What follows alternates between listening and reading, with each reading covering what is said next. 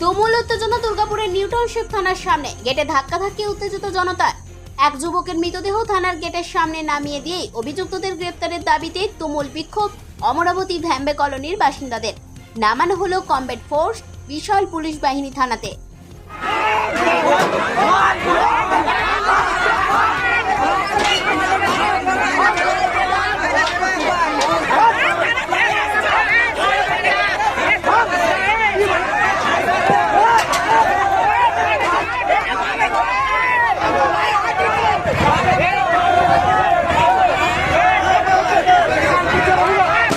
গত 4 তারিখ থেকেই রহস্যজনকভাবে নিখোঁজ ছিল অমরাবতী ভ্যাম্বে কলোনির বছর 23-এর বাসিন্দা ভৈরব ক্ষেত্রপাল।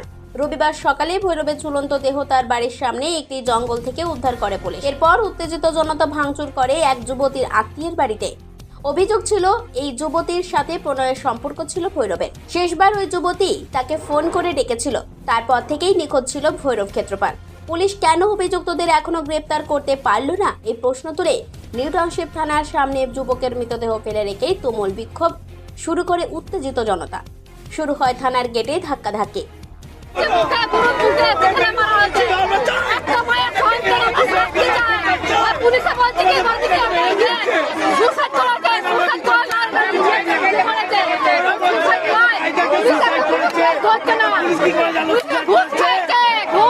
কি নাম আপনার?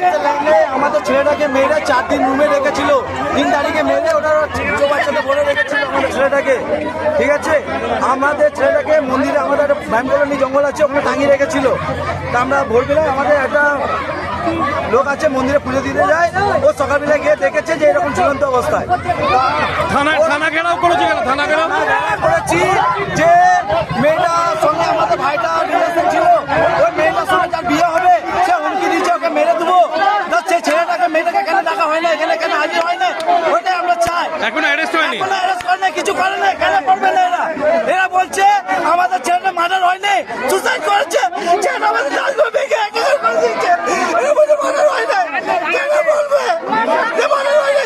সুসাইড করেছে বলছে, কেন বলবে যে সুসাইড করেছে? বলছে সুসাইড করেছে। কি নাম আপনার? কি নাম? আমার নাম প্রতিদিন আছে। কে হন আপনি? আমি ওর পাড়া সম্পর্কে দাদা হয়। ঠিক আছে, আমার ভাইকে মার্ডার করেছে ওরা 4-5 জন মিলে, কিন্তু তদন্ত করে এখনো।